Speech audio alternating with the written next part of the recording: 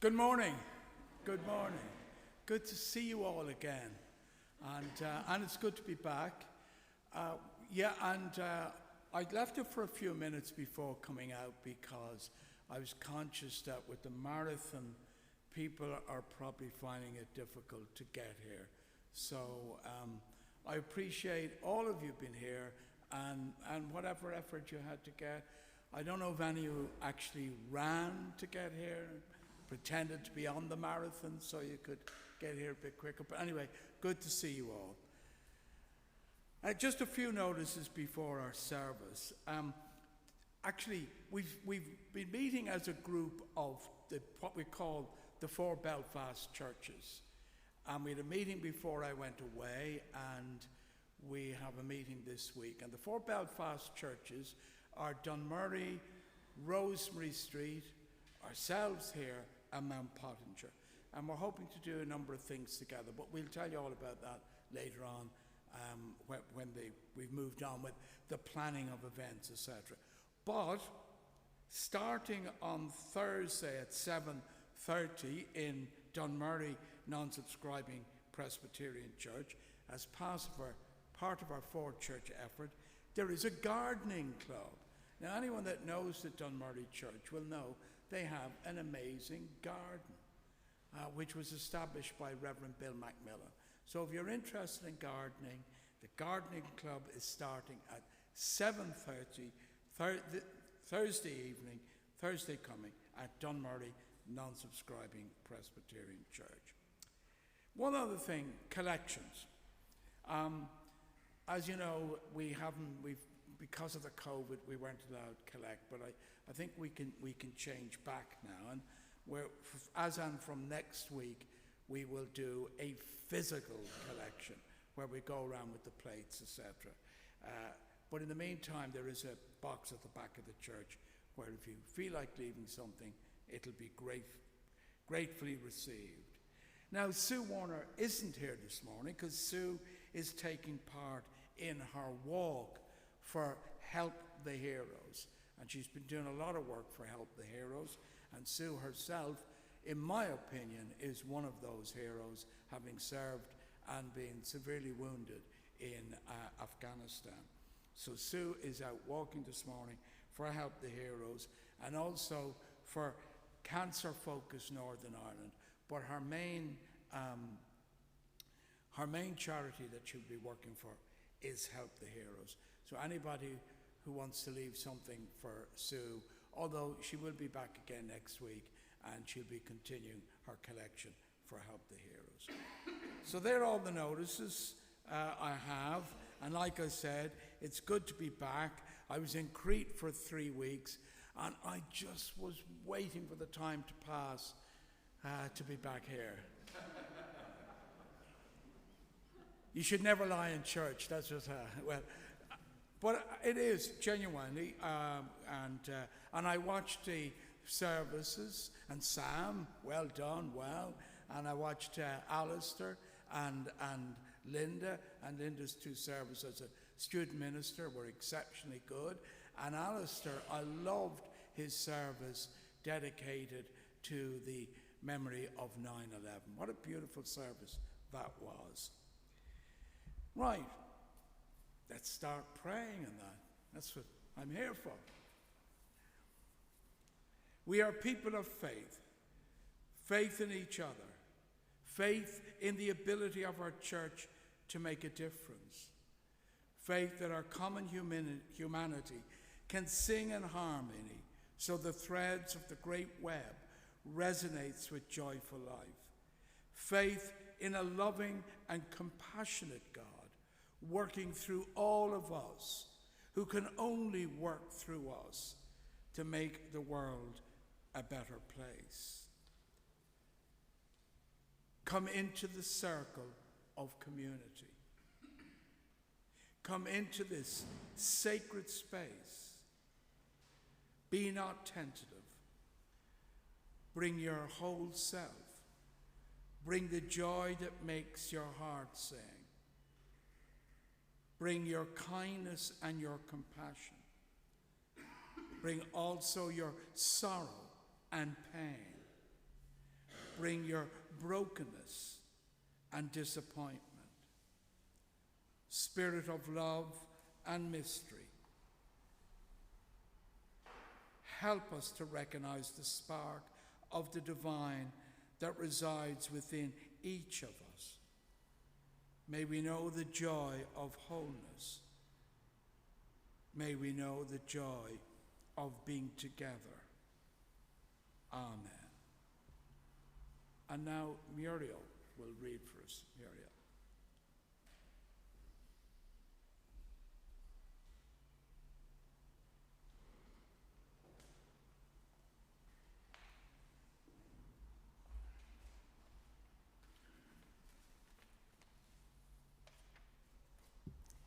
Good morning. I'm going to read from a book by Thich Nhat Hanh, a Vietnamese Buddhist monk and peace activist who was ordained as a monk at the age of 16 and is now 94.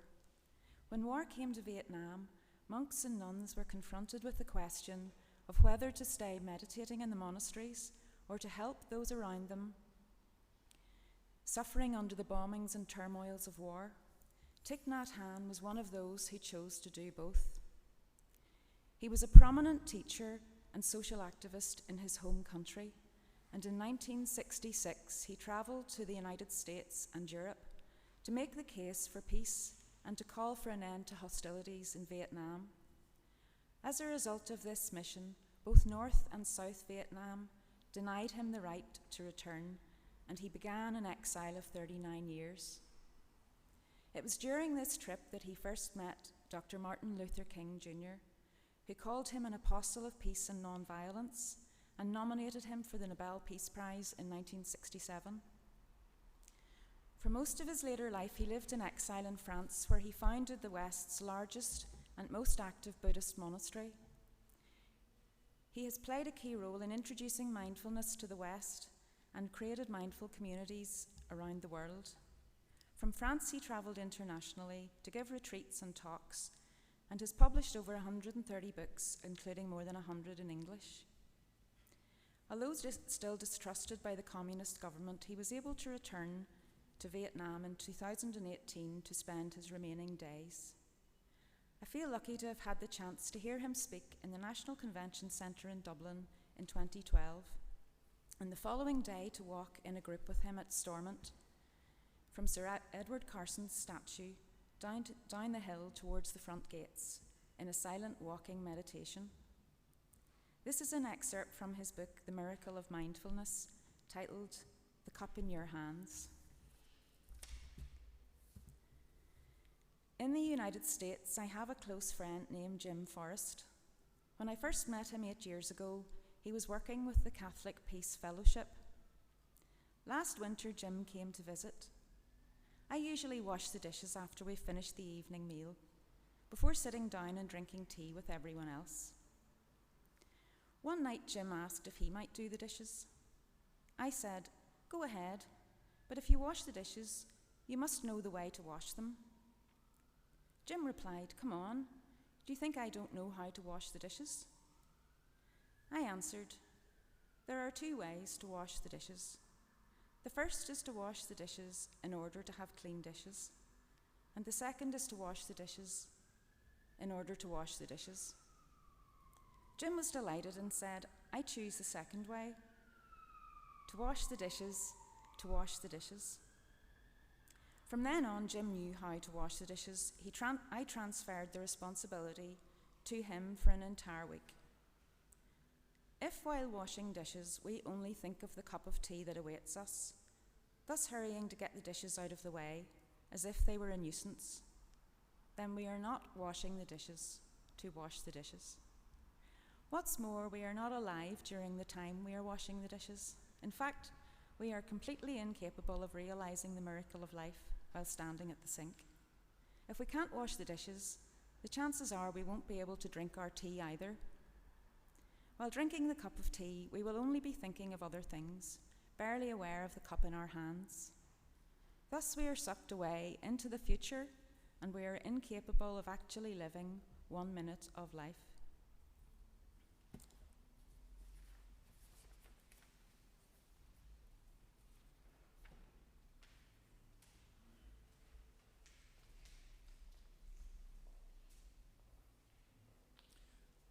Thank you, Muriel, for that beautiful reading.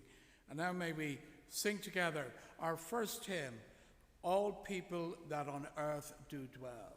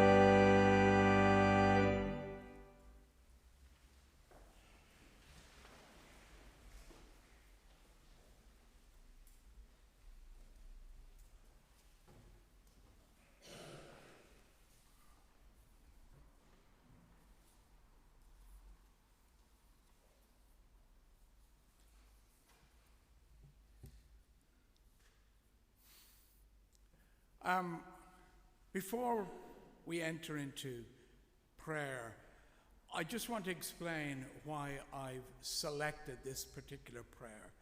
It's a prayer for patience as you learn to love others. Not easy, learning to love others, difficult. You know, we say all these things in church about we all love each other and we're inclusive and all that. You know, sometimes I wonder, because we have to struggle with it on a personal level and on other levels. And why I pricked this prayer, because when I was in Crete, I received the news that the Irish president had rejected the invitation to the service in Armagh. I was angry, I was furious, and then I was, above all things, I was sad, very, very sad. I know Michael D. Higgins. For many, many years, I've been involved in many, many different things. I've shared platforms with him, and so on. And I was, as a citizen of Ireland, and him as my president, I was deeply, deeply saddened. And I thought the man that came out of it with great courage was Archbishop Eamon Martin. Archbishop Eamon Martin had stepped outside of his tribal drumbeat to join with others, not to celebrate, to mark, pray, and seek reconciliation and hope. And I would just point out that the invitation that went out, has our name on it. We are members of the Irish Council of Churches. We are one of the 5 churches that founded the Irish Council of Churches, the non-subscribing Presbyterians. And Reverend Colin Campbell is on the executive of the Irish Council of Churches, and he would have been one of the people, I presume, who carefully crafted the invitation. So I was deeply saddened. From another perspective as well, I remember years ago David Irvine saying to me, we're all in a dance. We're in a dance.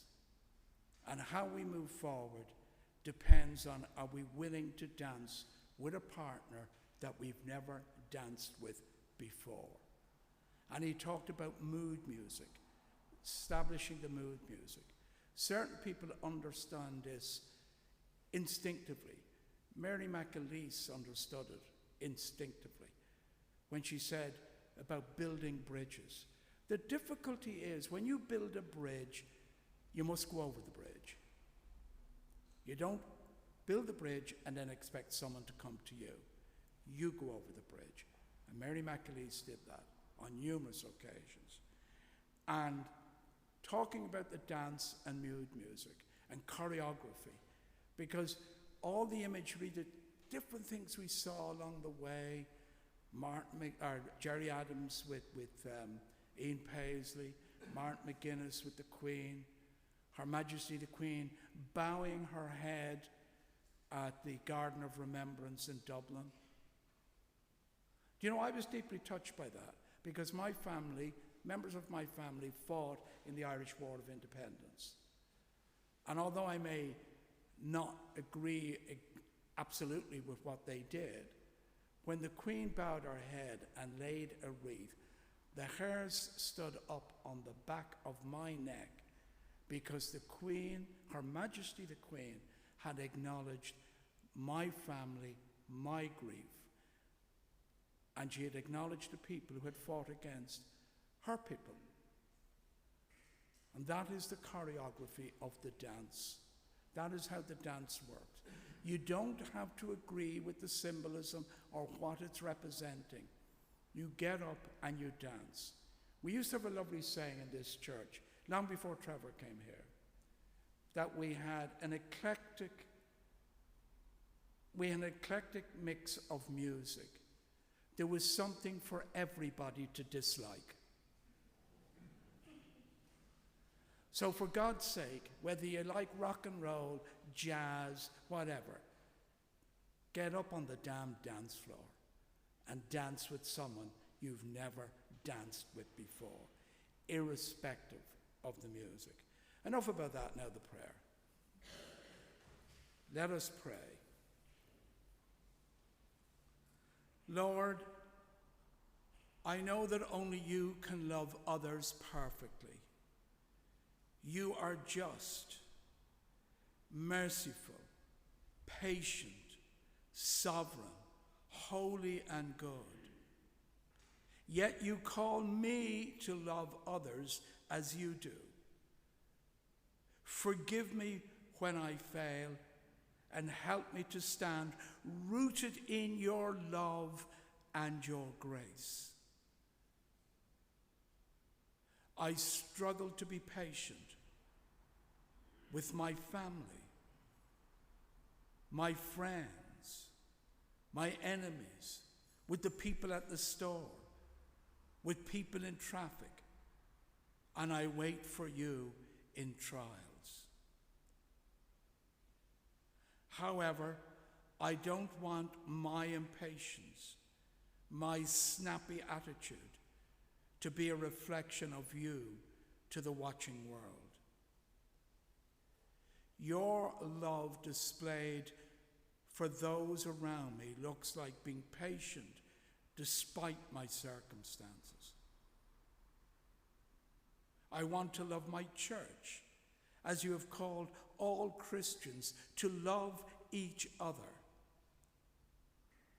I want to set an example of what it is to be patient to those outside the church.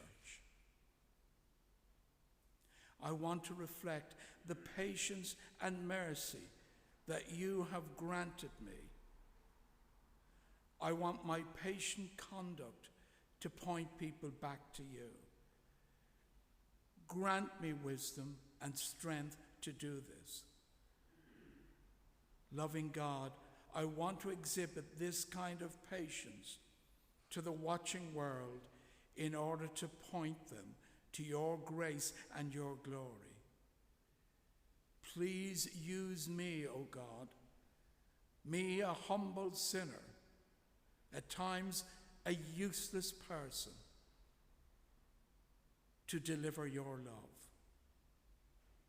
Help me to live out the new identity that you have granted me through your love. Forgive me for being impatient with others and not listening to others. I know I'm called to emulate you with all humility and gentleness, with patience, bearing with one another in love, and maintaining a spirit of unity, a spirit of one community. And now may we say together the prayer that Jesus taught us. Our Father, who art in heaven, hallowed be thy name. Thy kingdom come. Thy will be done on earth as it is in heaven. Give us this day our daily bread, and forgive us our trespasses, as we forgive those who trespass against us. And lead us not into temptation, but deliver us from evil. For thine is the kingdom, the power, and the glory, forever and ever. Amen. And now we sing together our second hymn, and it's hymn number 259. Oh, well, it will be on the screen. I don't have to be calling out the numbers. I feel like I'm playing bingo up here with the numbers.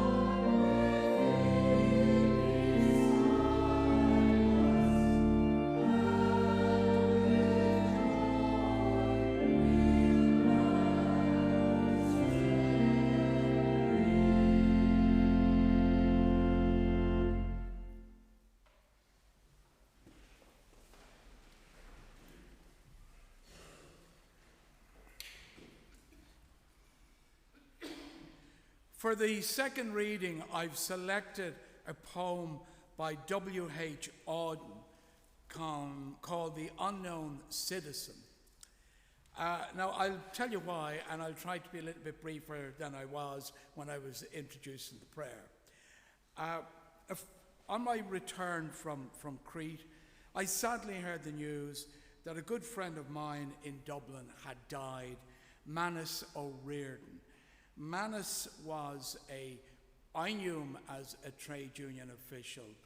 He worked for SIPTU and I worked for the Communication Workers Union. And he was a researcher and a historian, and a very able historian, mostly around the Spanish Civil War. And the reason that was his select subject, which he wrote about passionately, was his father, Michael O'Riordan, had fought in Spain on the Republican side against the fascists in the Spanish Civil War. And so Manus was smitten by that. And I remember we all went out in 1988, Isabel and myself. As a matter of fact, my union hired a plane and we flew all the old vets who had fought in the Spanish Civil War out to Barcelona for the standing down of the International Brigade. Now, why have I selected a poem by W.H. Auden?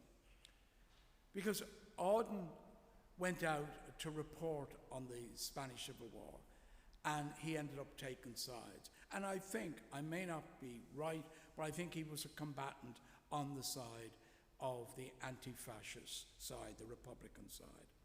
Now, it was interesting at Manus's funeral on Friday. We all gathered outside his house at number 13 Finglas Road, Glasnevin.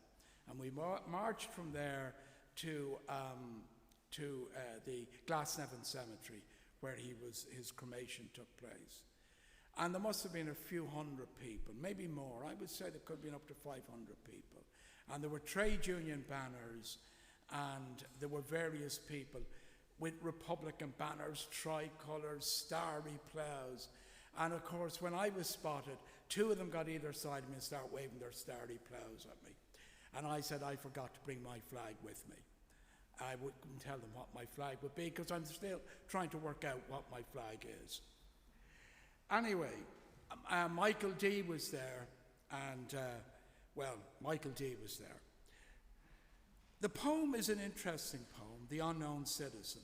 I was going to read Spain, written by Auden about the Spanish Civil War, but it was too depressing. And I'm only just back from Crete, and I don't want to depress myself, and I most certainly don't want to depress you. And I noticed a lot. Then there was another one called Even the Olives Were Bleeding, which was a poem dedicated to the Tyrone man, Charlie Donnelly, who died in Spain. And Charlie Donnelly was trying to get away from the Phalangist troops, ran into an olive grove, and he picked up some olives. And he said, "Look, even the olives are bleeding." And at that moment he was shot and died. Charlie Donnelly from Tyrone, a school teacher in London. Now, the poem I'm going to read, The Unknown Citizen, has nothing to do with the Spanish Civil War. I only picked it because I liked it. But the fact that Auden was there, and he may have spoken to Manus's father, is enough reason to read this poem. I hope you like it. He was found by the Bureau of Statistics to be one against whom there was no official complaint. And all the reports on his conduct agree that in the modern sense of an old-fashioned word, he was a saint. For in everything he did, he served the greater community, except for the war till the day he retired. He worked in a factory and never got fired, but satisfied his employers, Fudge Motors Incorporated. Yet he wasn't a scab or odd in his views, for his union reports that he paid his dues. Our report on his union shows it was sound, and our social psychology workers found that he was popular with his mates and liked a drink. The press are convinced that he bought a paper every day and that his reactions to advertisements were normal in every way. Policies taken out in his name proved that he was fully insured, and his health card shows he was once in hospital but left it cured. Both Producers Research and High Grade Living declares he was fully sensible to the advantages of the instalment plan and had everything necessary to the modern man. A phonograph, a radio, a car, and a Frigidaire. Our researchers into public opinion were content that he held the proper opinions for the time of year. When there was peace, he was for peace. When there was war, he went.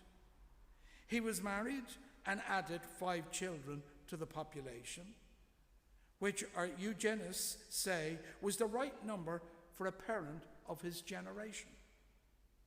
And our teachers report that he never interfered with their education. Was he free? Was he happy? The question is absurd. Had anything been wrong, we should certainly have heard. Auden's unknown citizen, nothing to do with the Spanish Civil War, but I'd like to dedicate it to my old comrade, Manus O'Riordan. And now, choir.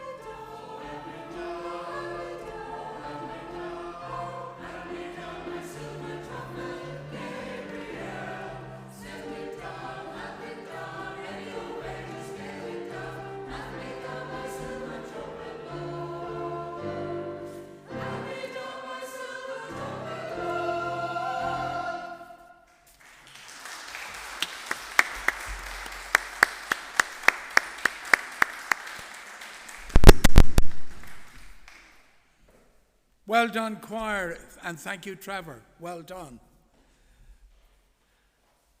Now, Theodorakis and his music is at the heart of Greece, and most importantly with Crete, because Akis at the end of his name would signify that he was a Cretan. Anybody with Akis at the end of the name is a Cretan. And Isabel and myself arrived on the 8th of September, and he was buried on the 9th of September on the island of Crete. And Crete had parted company from one of its most loved and favorite children, one of its greatest sons, Theodorakis, a great, great composer. And indeed, we attended our first concert since the beginning of the pandemic. Isabel and myself were at a concert in the village of Vamos, which was absolutely wonderful, where there were some wonderful singers and musicians. Some friends of ours from the village were playing in what they called the Vamos Ensemble, which was really like a light orchestra. It was wonderful to see them there playing. And of course, they had a wonderful baritone, a guest singer down from Athens. And they finished the whole event by singing words to the music from Zorba the Greek by Theodorakis. Everybody remembers that wonderful tune from Zorba the Greek. Crete is a great place. Like all of Greece, it has lots of problems because they equally got stung by the banks and so on and are still recovering. But every day we take a little walk, and it's like a pilgrimage just around the olive groves not far from our house. And as we walk, we pass the olive groves.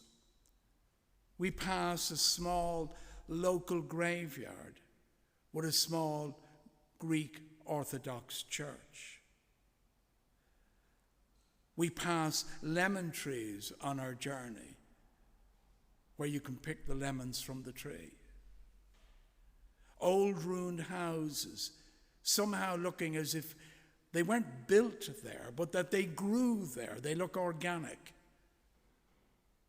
With grapevines still delivering fruit on the old ruined houses. There are sheep bang like crazy, waiting for the shepherd to arrive with the mulberry bush leaves. I did say to the sheep, if they checked their watches, they would see he always comes at 10 o'clock with the mulberry leaves. So there's no point in whinging. Then there are 3 goats. One goat who insists on standing on his eating bowl. His eating bowl is a big block of concrete with a cutout in it. I think he thinks he's on a very high mountain. And after he eats his breakfast, he stands on his bowl. It's almost biblical. It is biblical. It looks biblical. You could still film something about the Bible there in the village of Vamos. Some of the streets still have cobbled roads and ruined houses from the earthquakes of many, many years ago. There was a slight earthquake when we were there.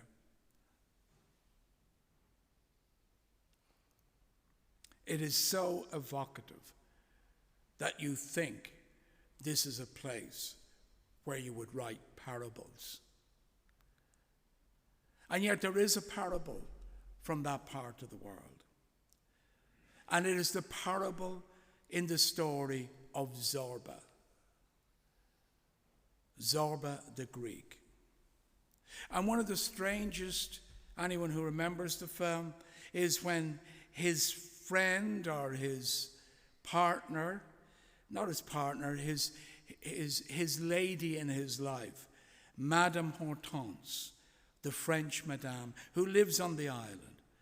And when she dies, The Englishman, played by Alan Bates, and Zorba, of course, is played by Anthony Quinn. Basil, the Englishman, says, "Who will bury Madame Hortense?" And Zorba replies, "Nobody. She will have to be taken elsewhere to be buried." And our English friend is shocked. And then Zorba tells them the problem in a sort of philosophical way. He says, "Did you never notice? She blesses herself with 4 fingers. Not like a Greek Orthodox blessing with 2 fingers. You can't bury someone who blesses themselves with 4 fingers in Crete. Now, could you? Absolutely not. Why the Englishman Basil didn't see that. Now, funny enough, I often inquired about that if you ever happen to die in Crete, will they bury you? Because all the graveyards are controlled by the church. And I was told by a reliable source close to the Papas, it's all right for Protestants. Protestants don't count. They're not part of the integrity of the argument between Orthodox and Roman Catholic. So it's only those who bless themselves with 4 fingers will not be buried. Do Church of Ireland people bless themselves with? And I'll think about that later on. The Orthodox Church in Greece is opposed to cremation. And up until a few years ago, you had to be taken to Bulgaria to be cremated. Now, some of you might be acquainted with a Greek wine called Boutaris. You might see it actually on sale, Boutaris. And it's owned by Yanis Boutaris from Thessaloniki. He's a famous producer of wine in Thessaloniki. And he has helped to finance the first crematorium in Athens. To such an extent that in our little square in Vamos, the local undertaker now advertises cremation. Now that is progress Cretan style, to see that in the village square. And on the other issue that I mentioned at the beginning, Theodorakis, Isabel and myself have 2 Irish friends there, Mary and Brian Smith. Brian from Dublin. But the Greeks, or the Cretans, have got to know and love them so well, they now call them Mary and Brian Smithakis. So they are now Cretans. And Brian, in my opinion, although much retired and settled in Crete, is one of my heroes. Many, many years ago when he lived in Dublin, he was a member of the language freedom movement. You wouldn't know about it, but going back 50s, 60s, 70s, even 80s, we had what we call compulsory Irish. You couldn't get a job in RTE, you couldn't get a job in the police, you couldn't get a job in teaching, you couldn't get a job in the public service, you couldn't even be a postman unless you could do an interview in Irish. And Brian was one of the people that led the language freedom movement to seek for the same recognition, believe it or not, of the English language along with Irish in the public service in particular in the South. So, well done, Brian. He deserves to be called Brian Smithakis. Zorba says in the film, "A man needs a little madness or he won't cut the cord to be free." I would go one step further than Zorba. I'd say men and women lead a little madness before they'll cut the cord and set them be free. We all need a little bit of craziness in our life. What is he suggesting there? In my opinion, what Zorba is talking about is not to be a prisoner, not to be a prisoner of your culture, not to be a prisoner of your ideology, not to be a prisoner of a religion, not to be a prisoner of societal conventions, not unlike what Jesus said 2,000 years ago. But the background in Crete at the time of the making of the film Zorba. It was made in the 60s, 1964, reflecting probably the 50s and early 60s. It's mostly about a peasant society, along with some of the most horrendous misogyny. Zorba tells Basil, his English friend, his boss, as he calls him, who's going to open up the mines again in Crete. He tells him that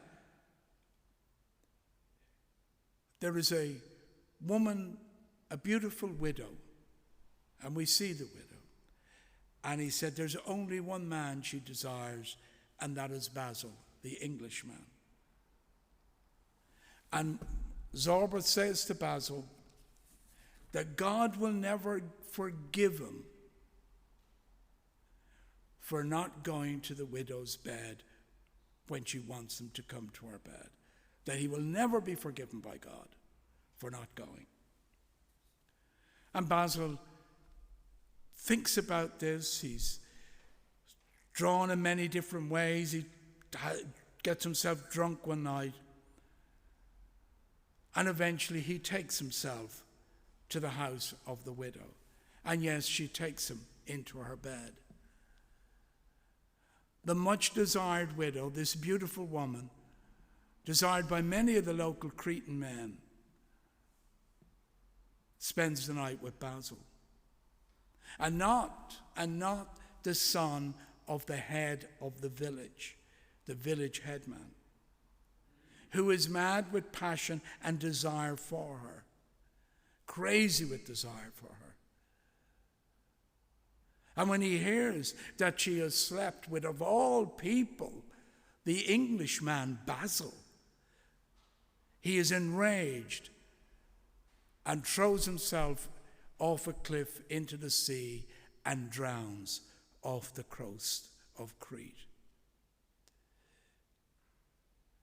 His father is furious, humiliated, disgraced by this woman. He sees no other way out of it but that she must forfeit her life. And then on the way to church, at the funeral of the son, of the village head's son, as the widow tries to enter the church, the village men stop her and chase her from the church. The village men encircle her as the women bay for vengeance, what they see as vengeance for the young boy. Basil, our heroic cosmopolitan Englishman, is incapable of coming to her aid, and only Zorba comes to her rescue, which at first he succeeds in doing, in fighting off some of the men. And as he tries to leave with her from in front of the church, the head of the village slits her throat and she dies. Basil is bewildered. He cannot believe such a horrendous, primitive, misogynistic act has happened before his eyes. But he is calmed by Zorba, who explains, this is the way. This is the culture. This is the way of these people. But yet, in reality, the only free spirit in that community is Zorba the Greek. Zorba is the only one, not our cosmopolitan Londoner, but Zorba the Greek, who understands the darkness of culture, the darkness that exists in all cultures, at times waiting to escape. That sometimes we manage to push further and further down under veneers of civilization.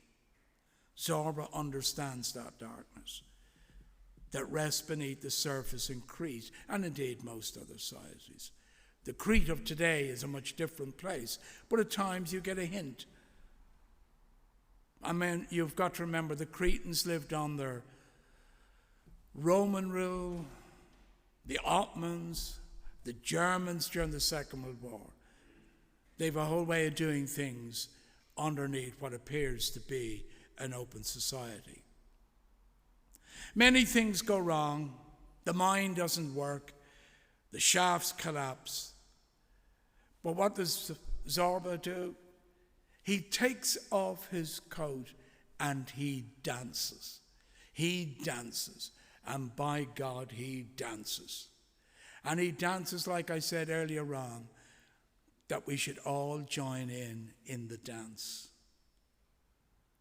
Basil looks at him and says to him, Zorba, please teach me to dance. And by dancing, he doesn't mean just teach me to get up and do a few steps. The dance is a metaphor for freedom. Not just to move your feet to the rhythm of the music, but to free the self to the music. To let the music into your soul and be truly free. That is the meaning of the dance in Zorba the Greek. That is why Theodorakis was one of the most wonderful people in the world. If he hadn't created anything else, but he created that one piece of music that gets every Cretan and Greek person and others to their feet to dance, as David Irvine said, to listen to the mood music. Thank you, Theodorakis. Amen.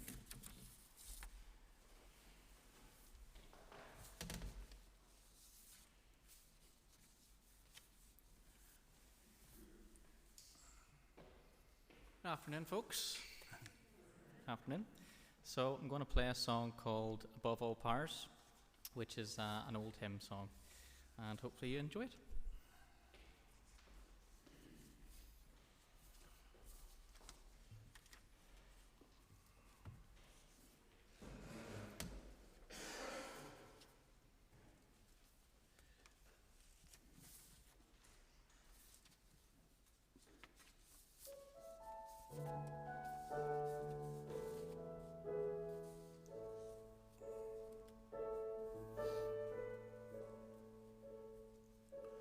Above all powers, above all kings, above all nature and all created things, above all wisdom and all the ways of man,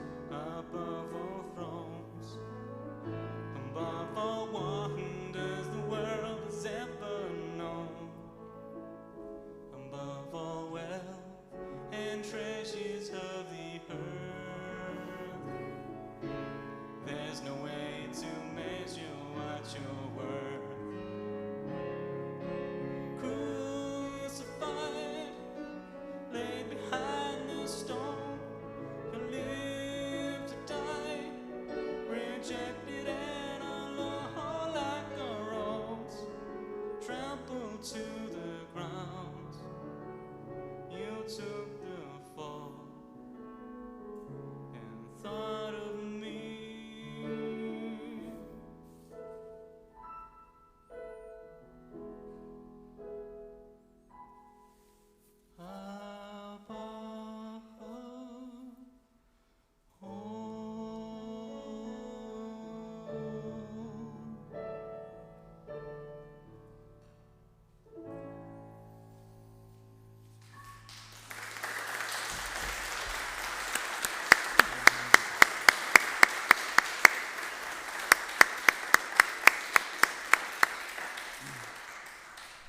Thank you, Sam. That was wonderful. Thank you. Absolutely beautiful. And now may we sing together our final hymn, Guide Me, O Thou Great Jehovah.